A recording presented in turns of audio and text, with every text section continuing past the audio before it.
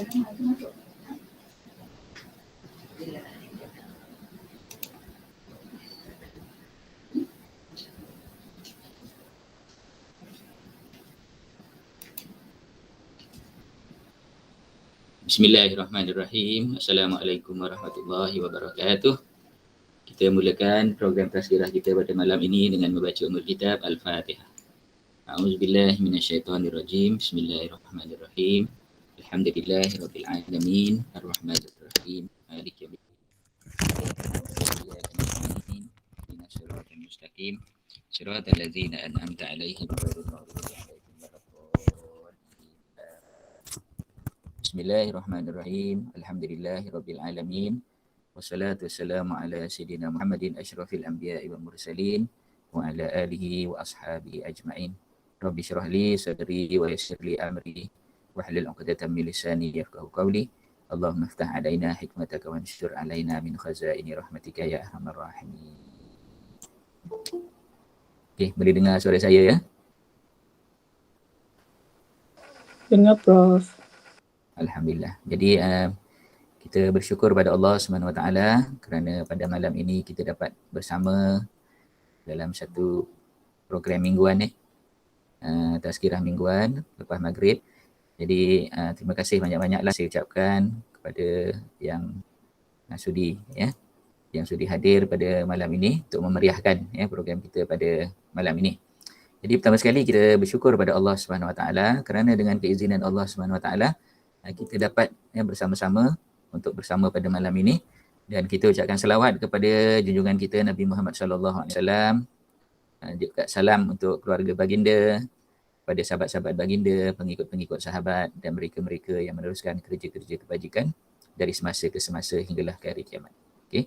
Jadi pada malam ini sempena esok kita nak sambut hari kelahiran Nabi.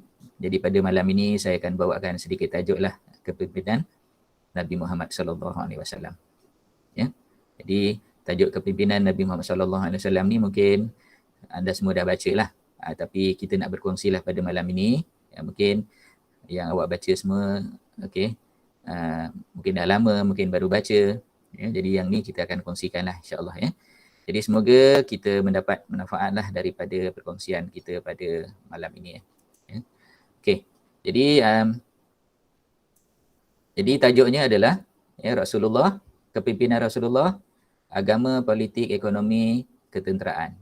Jadi Rasulullah ni dia menjadi pemimpin sebagai pemimpin agama, pemimpin politik, pemimpin ekonomi, ketenteraan, semua sekali lah. Jadi Rasulullah telah menunjukkan contoh yang baik, contoh yang sangat baik kepada kita untuk kita laksanakan dalam kehidupan kita. Jadi sebenarnya setiap daripada kita ni adalah pemimpin. Sebab itulah kita perlu melihat terutamanya sempena kelahiran Nabi ni, kita melihat dari segi aspek kepimpinan ya. Jadi Nabi pernah bersabda, kullukum ra'in wa kullukum mas'ulun an ra'iyati. Setiap kamu adalah pemimpin dan setiap pemimpin akan ditanya tentang apa yang dipimpinnya. Jadi sebab itulah kita melihat bagaimana Nabi telah menjadi pemimpin dalam pelbagai segi, pelbagai bentuk untuk kita jadikan sebagai contoh. Jadi kita nak ikut Nabi SAW ni bukan kita sekadar kita memperbanyakkan selawat sahaja. Memang bagus kita memperbanyakkan selawat kepada Nabi, dan kita tahu ganjaran daripada selawat kepada Nabi tadi, memang ganjaran dia satu ganjaran yang besar dan boleh beroleh syafaat daripada Nabi SAW. Okay? Tetapi maknanya Nabi telah mengajarkan kita tentang banyak perkara, yang mana perkara-perkara tadi sayugianya lah kita dapat mengikutinya dengan baiklah insya-Allah. Jadi pertama sekali kita nak melihat kepimpinan Nabi ini dari segi kepimpinan agama lah. Tapi sebagai pendahuluan, kita nak lihat dulu sebagai pendahuluannya, apakah dia berkaitan dengan Nabi ni, bila Nabi dilahirkan. Jadi Nabi Muhammad SAW dilahirkan pada 12 Rabiul Awal bersamaan dengan 20 April tahun Gajah. Jadi siapa yang lahir pada sama ada 12 Rabiul Awal ataupun siapa yang lahir pada 20 hari bulan April, sebenarnya dia sama tarikh dengan kelahiran Nabi SAW. Cuma tahun saja yang berlainan, iaitu tahun gajah. Ya. Baginda menerima wahyu yang pertama pada 17 Ramadan bersamaan dengan 16 Ogos 610 Masihi. Dan surah yang pertama yang diturunkan adalah surah Al-Alaq yang kita cerita pada minggu lepas, surah Al-Alaq, iaitu Iqra' tu. Iqra' bismi rabbikal ladzi khalaq, khalaqal insana min 'alaq, Iqra' wa rabbukal akram, alladzi 'allama bil qalam, 'allamal insana ma lam ya'lam. Jadi maknanya surah Al-Alaq itu adalah surah yang pertama yang diturunkan kepada Nabi SAW, sekaligus merupakan pelantikan Nabi sebagai Rasul. Itu menerima wahyu yang pertama. Pada usia Nabi 40 tahun 6 bulan. Baginda telah menjalankan dakwah melalui dua cara, iaitu berdakwah secara sulit ataupun secara rahsia selama kira-kira 3 tahun. Kemudian selama 10 tahun lagi, baginda telah berdakwah secara terang-terangan di Mekah. Kemudian baginda menyambung lagi dakwah baginda di Madinah selama 10 tahun lagi. Jadi totalnya Nabi telah berdakwah selama 23 tahun. Jadi semasa di Mekah, apabila Nabi mula menyampaikan dakwah secara terang-terangan, maka Nabi telah mendapat tentangan yang hebat daripada orang musyrikin, ya, sehinggalah Nabi telah diarahkan atau disuruh oleh Allah Subhanahu Wa Taala untuk berhijrah ke kota Madinah. Serta di situ Nabi telah berjaya membentuk ataupun membina sebuah negara yang berdaulat dan disegani. Jadi Nabi bukan saja telah disifatkan sebagai seorang yang terbaik di kalangan umat Islam, tetapi orang-orang yang bukan Islam pun telah mengakui bahawa Nabi adalah seorang yang terbaik. Disifatkan sebagai seorang tokoh yang terbaik, berakhlak sebagaimana yang diajar dalam Al-Quran, bukan saja seorang Nabi dan Rasul, tetapi juga seorang pemimpin masyarakat dan negara yang disegani. Jadi begitulah Nabi junjungan kita yang kita kasihi. Ya. Jadi mari kita lihat kualiti Nabi sebagai seorang pemimpin agama. Jadi yang selalu kita dengar tentang Nabi ni apa? Sifat Nabi. Sifat yang wajib bagi Nabi. Nabi mempunyai sifat yang wajib bagi Nabi adalah iaitu 4 sifat, iaitu siddiq, amanah, tabligh dan fatonah. Ya, siddiq, amanah, tabligh dan fatonah. Jadi apakah maknanya siddiq, amanah, tabligh, fatonah ni? Ya. Siddiq ni adalah yang boleh dipercayai. Ya. Amanah, maknanya amanah ni orang yang menjaga amanah. Tabligh, menyampaikan. Ya. Dan memberi contoh untuk setiap sifat yang terpuji. Jadi sebagai pemimpin agama, Nabi telah menyampaikan semua apa yang telah diwahyukan oleh Allah SWT tanpa ada satu pun yang disembunyikan. Nabi telah menyampaikan semua. Kalau katakan ada teguran kepada Nabi sekalipun, maka Nabi akan sampaikan juga. Walaupun teguran tadi untuk Nabi. Jadi kalau kita lihat ada dalam surah Abasa wa Tawalla tu, kita boleh baca dekat situ ada satu teguran untuk Nabi. Tapi Nabi sampaikan juga. Jadi kalau mungkin kita bila ada orang tegur kita sebagai pemimpin, kita sembunyikan. Tapi Nabi tidak. Sebab sifat Nabi itu sifat amanah dan juga tabligh, menyampaikan apa yang disuruh oleh Allah SWT. Dan baginda berakhlak mengikut ajaran yang diajarkan di dalam Al-Quran. Ya, ajaran yang diajarkan di dalam Al-Quran seperti sebagai seorang pendakwah. Nabi menunjukkan sifat-sifat sebenar, lemah lembut, toleransi, tegas dan berpegang teguh kepada ajaran yang dibawanya, terutama aspek akidah. Jadi Nabi tidak berkompromi dengan akidah. Semasa Nabi diutus menjadi Rasul, pada ketika itu akidah umat manusia dah rosak serosak-rosaknya. Masa itu tak ada lagi orang yang beriman. Jadi maknanya kalau kita kata pada zaman itu zaman jahiliah, sebenarnya jahiliah ini lebih kepada bukan setakat kebodohan ataupun tidak pandai, tetapi jahiliah ini sebenarnya adalah orang yang tidak kenal Tuhan. Baginda tetap bersabar menghadapi tentangan orang musyrikin sehinggalah kemuncaknya mereka berkomplot untuk membunuh Nabi. Baginda melakukan aktiviti dakwah dengan penuh dedikasi dan tidak pernah cuba menunjukkan kuasa luar biasa walaupun dianugerahkan oleh Allah SWT sebagai berbagai-bagai mukjizat. Jadi Nabi tak tunjukkan mukjizat, tetapi Allah yang tunjukkan mukjizat baginda. Baginda telah mengajarkan tentang tauhid ibadat seperti solat, puasa, zakat, haji, semua sekali tu, baginda mengajarkan kepada kita supaya kita dapat mengesakan Allah Subhanahu Wa Taala, supaya kita dapat mentauhidkan Allah Subhanahu Wa Taala, supaya kita dapat beribadah kepada Allah Subhanahu Wa Taala dengan keadaan yang benar. Maknanya tidak dalam keadaan yang salah ataupun sesat. Jadi Allah telah mengajarkan kepada Nabi dan Nabi telah mengajarkan kepada kita. Tanpa ada dirahsiakan apa yang disuruh oleh Allah Subhanahu Wa Taala. Ya. Dalam amanat terakhir baginda telah berpesan supaya umat manusia berpegang teguh kepada Al-Quran dan hadis. Kan? Jadi Nabi berpesan. Sebab apa Nabi berpesan? Sebab Nabi sayang kepada kita. Nabi kata, ya, aku tinggalkan kepada kamu dua perkara. Sekiranya kamu berpegang teguh kepada keduanya, kamu tidak akan sesat selama-lamanya. Dan kedua-dua perkara tadi adalah Al-Quran dan As-Sunnah. Ya, Al-Quran dan Sunnah itu merupakan dua perkara yang ditinggalkan oleh Nabi. Nabi kata siapa yang berpegang teguh kepada kedua-duanya, maka ya, orang tersebut tidak akan dapat disesatkan selama-lamanya. Taraktu fikum amrain in tamassaktum bihima lan tadillu bihi abada. Al-Quran wa Sunnah.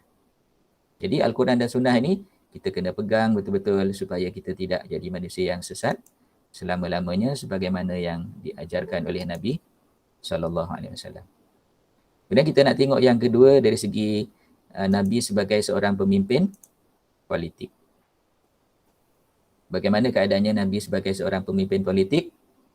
Jadi Nabi adalah seorang yang telah mengasaskan perlembagaan yang pertama di dunia. Jadi di dunia ni tak ada lagi perlembagaan. Tapi Nabi semasa mengetuai kerajaan Islam di Madinah, Nabi telah membuat satu perlembagaan yang pertama. Perlembagaan ni dalam bahasa Inggeris, Constitution. Orang belajar law, dia tahulah Constitution ni adalah perlembagaan.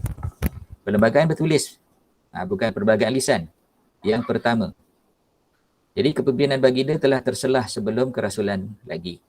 Jadi kita dapat cerita daripada ustaz-ustaz kita, daripada guru-guru kita tentang bagaimanakah ya, Nabi, sifat Nabi sebelum menjadi Rasul lagi. Ya. Antaranya adalah baginda pernah menyelesaikan pertelingkahan di antara ketua-ketua kaum Arab. Jadi ketua-ketua kaum Arab ni dia ada satu kebanggaan dia.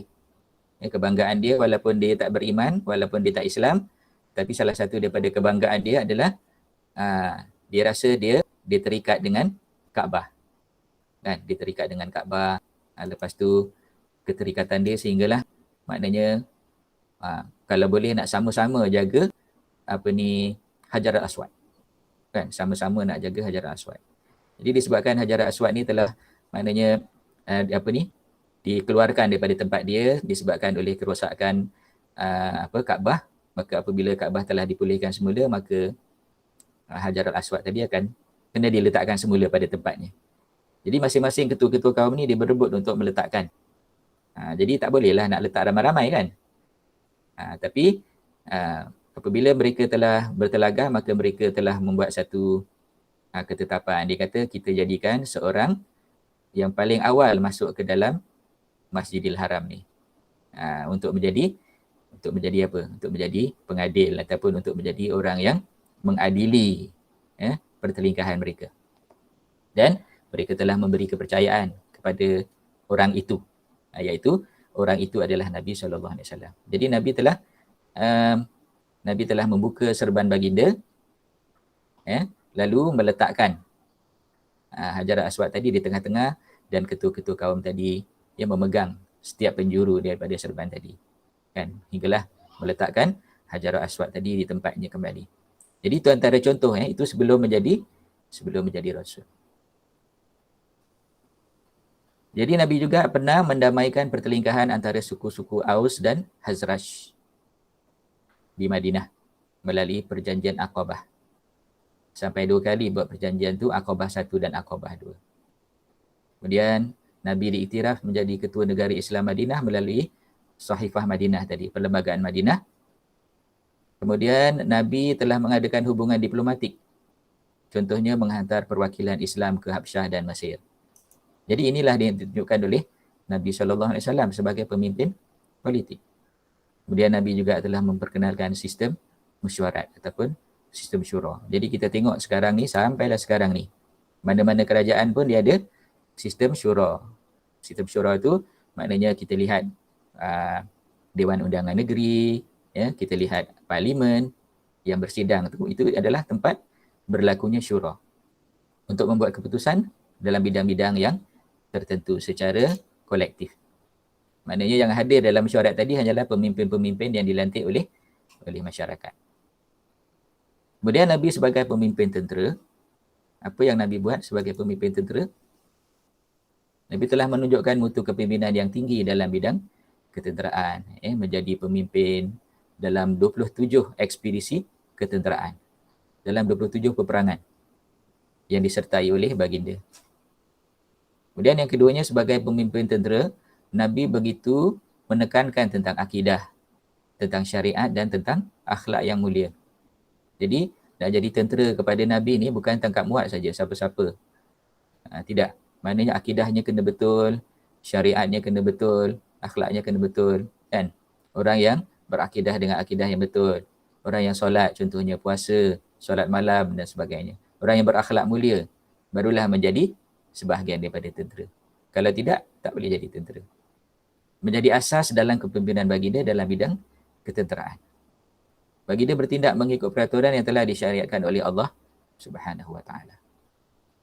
Jadi baginda tidak bertindak mengikut hawa nafsu baginda. Jadi kita lihat pada zaman sekarang, pemimpin kadang-kadang ada yang mengikut hawa nafsu bila dah dilantik oleh rakyat untuk menjadi pemimpin. Kemudian Nabi mengamalkan sifat amanah dan tidak mudah lemah semangat dalam menghadapi musuh. Sentiasa adil kepada kawan atau musuh. Sehingga kan dalam peperangan sekalipun, Nabi berlaku adil. Contohnya, apabila berlaku rampasan harta dalam peperangan, rampasan harta ni maknanya memang dalam peperangan dibenarkan untuk merampas harta musuh. Ya? Dan dibahagikan secara adil kepada sahabat-sahabat baginda yang menyertai peperangan. Kemudian Nabi juga tidak melakukan pencerobohan terhadap musuh yang sudah lari. Dah lari dia biar aja, dia tak kejar. Ataupun kaum yang lemah. Ataupun kaum wanita, kanak-kanak. Nabi tak kacau. Berjaya merangka taktik dan strategi ketenteraan yang membawa kejayaan kepada pasukan tentera Islam. Jadi, walaupun adalah beberapa kali pasukan Islam kalah, tetapi sebahagian besar daripada peperangan yang dilalui, pasukan Islam telah memenangi peperangan. Ini sambungan berkaitan dengan peperangan ni banyak. Jadi mungkin lepas ni adalah di kalangan anda semua ni ada yang nak jadi pemimpin tentera mungkin. Jadi memperkenalkan etika peperangan. Jadi dalam peperangan pun ada etika dia. Bukan peperangan ni pegang senjata, tembak, bunuh. Bukan begitu. Tetapi ada etika. Dan etika ni sebenarnya dipelopori oleh Nabi SAW. Jadi kita tengok apakah etika yang telah diajarkan oleh Nabi. Jadi etika yang pertama adalah mematuhi perintah Allah serta menuntut keredaannya. Itulah nombor satu. Jadi buat apa saja demi ketaatan kepada perintah Allah. Demi mencari keredaan Allah SWT. Kemudian sebelum melakukan peperangan, Nabi memberi pilihan kepada musuh. Memberi pilihan. Nak masuk Islam ke, nak bayar jizyah ataupun ufti, ataupun nak berperang. Ada 3 pilihan. Nak masuk Islam, boleh. Nak bayar jizyah, tak perlu masuk Islam, ataupun berperang. Jadi kalau berlaku peperangan tadi, disebabkan mereka memilih untuk berperang. Kemudian tentera Islam dilarang bertindak kejam terhadap tawanan perang dan juga musuh yang telah mati. Jadi orang-orang musuh Islam ni, kadang-kadang bila berperang dengan orang Islam, orang dah mati pun dia siksa. Kan? Orang dah mati pun dia siksa. Dia siat-siat, dia potong-potong. Tapi tidak begitu. Islam tidak membenarkan. Dah mati dah lah. Musuh yang dah mati tadi tak adalah. Lepas tu nak kena robek perut dia, nak keluarkan usus dia, nak keluarkan jantung dia, tak ada. Sebab apa? Peperangan tadi adalah kerana Allah Subhanahu Wa Taala, bukan kerana nafsu. Tentera Islam dilarang memerangi kanak-kanak, kaum wanita dan orang tua. Jadi orang tua, kanak-kanak dan wanita ni tidak diperangi, mereka akan dibiarkan bebas. Tentera Islam dilarang memerangi orang-orang yang sedang beribadat. Orang sedang beribadat, ada di kuil, ada di gereja dan sebagainya, dibiarkan, tidak dibunuh. Tapi sebaliknya, orang-orang yang tidak beriman, sanggup dia pergi ke masjid, dia bunuh semua orang kat masjid kan. Cuba kita tengok peristiwa di New Zealand setahun lepas ataupun 2 tahun lepas. Sengaja dia plan, dia nak pergi nak bunuh tu waktu orang tengah sembahyang Jumaat. Kan? Jadi itu tidak diajarkan oleh Islam. Mereka menganggap Islam sebagai teroris, tetapi sebenarnya mereka lah teroris. Sedangkan Nabi telah mengajarkan, orang perempuan jangan bunuh, anak-anak jangan bunuh, orang tua jangan bunuh, orang sedang beribadah jangan bunuh. Orang lari jangan kejar. Kan? Orang lari jangan kejar. Orang lari ini supaya dia dah tak sanggup untuk berperang. Jadi janganlah kejar. Tapi apa yang berlaku, cuba kita lihat. Contohnya, orang Israel bagaimana orang awam, dia bom orang awam. Penempatan awam, dikata itu penempatan tentera. Orang awam lah yang dibom di mana? Di Gaza, di Palestin. Kemudian, tentera Islam dilarang memusnahkan harta benda dan tanaman. Ada pokok-pokok, pokok mangga, pokok manggis, pokok tebu. Jangan dimusnahkan. Berhenti berperang sekiranya musuh meminta berdamai. Kan, walaupun dah angkat pedang nak potong, nak penggal kepala, dia kata nak berdamai, stop masa tu juga. Tapi kena pastikanlah itu bukan hilah lah. Patuh kepada ketua, tidak boleh lari daripada medan peperangan, dibolehkan melakukan strategi muslihat dalam peperangan. Jadi, boleh melakukan muslihat dalam peperangan. Kan, contohnya kita lari ke depan, lepas tu kembali ke belakang. Boleh, tak ada masalah. Itu strategi peperangan. Tidak boleh lari dari medan perang. Itu adalah apa yang diajarkan oleh Nabi dalam etika peperangan dalam Islam. Kemudian, kita tengok pula Nabi sebagai pemimpin masyarakat. Jadi Nabi sebagai pemimpin masyarakat,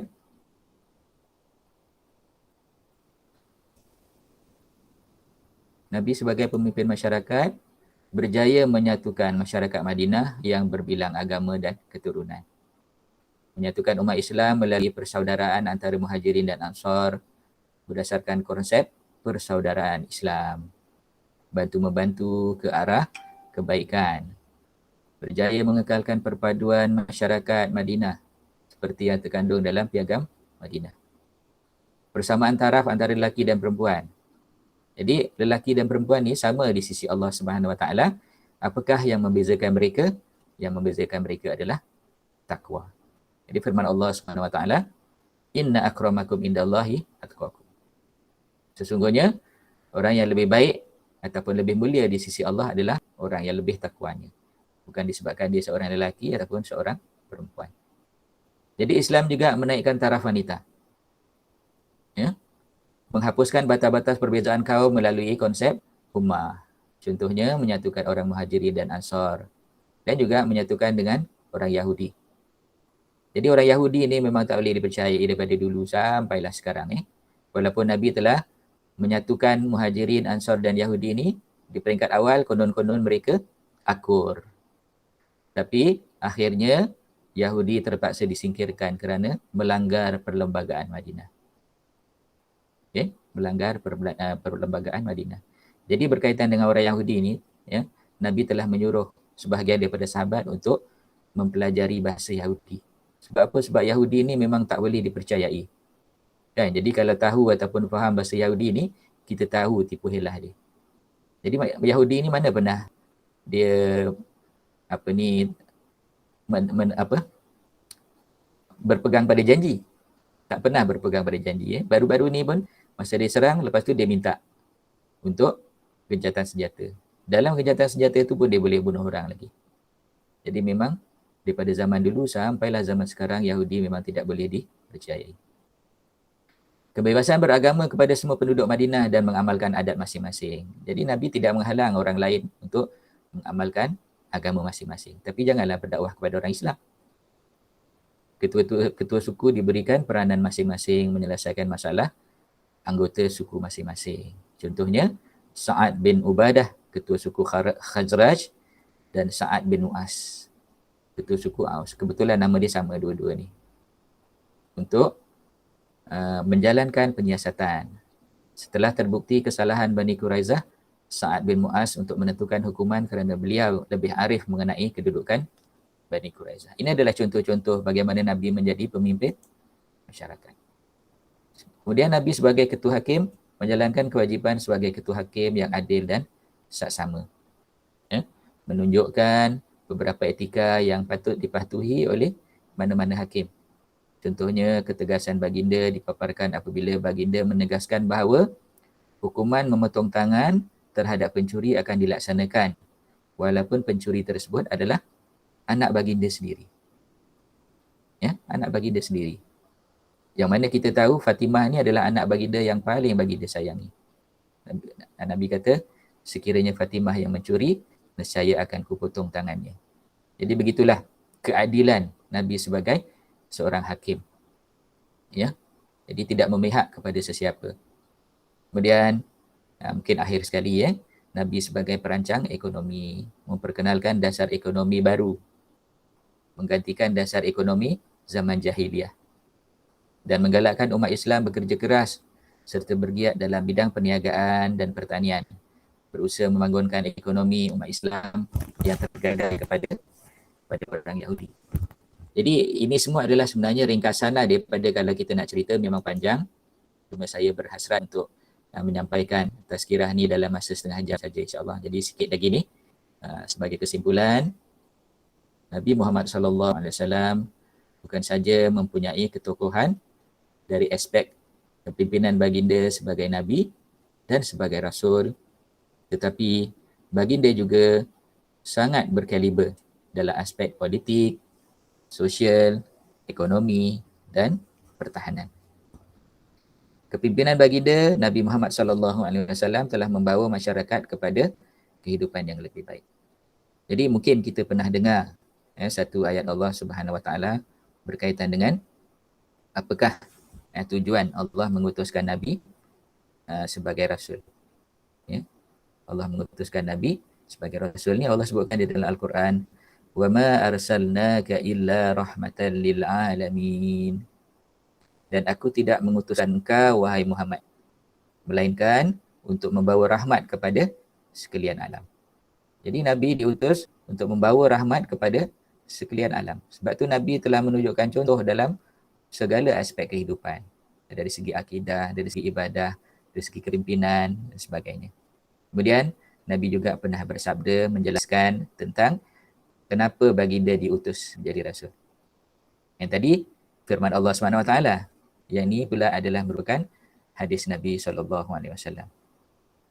Innama bu'istu liutammima makarimal akhlaq. Sesungguhnya aku diutuskan oleh Allah untuk menyempurnakan akhlak yang mulia. Dan kita tahu hampir semua benda boleh selesai dengan akhlak yang mulia. Kan? Jadi akhlak yang mulia ni sebenarnya dia adalah merupakan buah daripada akidah yang benar dan juga ibadah yang betul. Akidah yang benar, ibadah yang betul akan melahirkan akhlak. Akan melahirkan akhlak yang baik.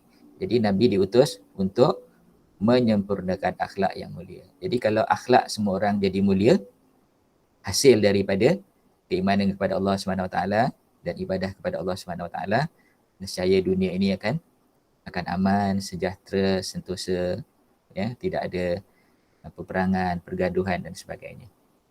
Jadi semua orang hidup dalam keadaan yang baik-baik. Jadi kekacauan ataupun perkara-perkara yang berlaku pada hari ini adalah disebabkan oleh tangan-tangan manusia dan juga disebabkan manusia tidak menjadikan firman Allah SWT sebagai panduan, tidak menjadikan Nabi sebagai ikutan. Balik kepada hadis Nabi SAW, aku tinggalkan kepada kamu dua perkara, kamu tidak akan sesat selama-lamanya sekiranya kamu berpegang teguh kepada keduanya, iaitu Al-Quran dan Sunnah. Jadi itulah sedikit perkongsian saya pada malam ini. Semoga ianya memberi manfaat ya kepada saya dan juga kepada anak-anak semualah yang bersama-sama saya pada malam ini. Okey. Jadi segala yang benar itu datangnya daripada Allah Subhanahu Wa Taala. Ya, kalau ada kelemahan dan kesilapan tu daripada saya. Ya, semoga kita mendapat manfaat daripada semua ini. Ya, al-haqqu min rabbik fala takunanna minal mumtarin. Yang benar daripada Allah, janganlah kamu menjadi manusia yang ragu-ragu. Okey. Jadi ada apa-apa yang nak ditanyakan?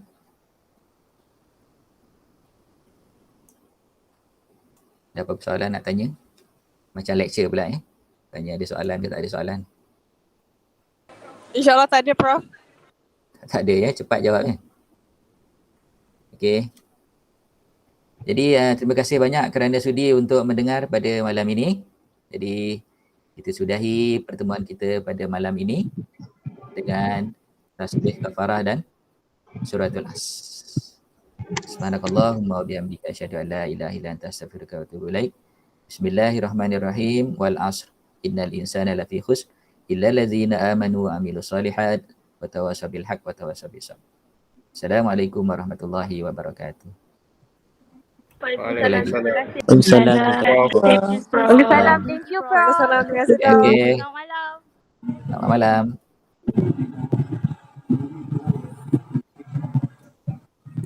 Terima kasih, Prof. Sama-sama. Okay. Cik Ud.